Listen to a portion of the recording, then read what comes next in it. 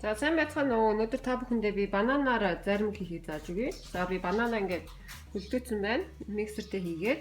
Тэгээ дээрээс нь баг зэрэг нөгөө самрын муус буюу нугш. Энэ болохоор алмонд гээд мандл муус байна. Бор самрынх нь.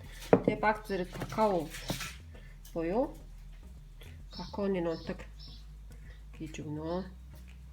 Энэ миксер чинь нөгөө нэг юм юутай байвал мөс жижигэлдэг функцionтэй байвал зүгээр.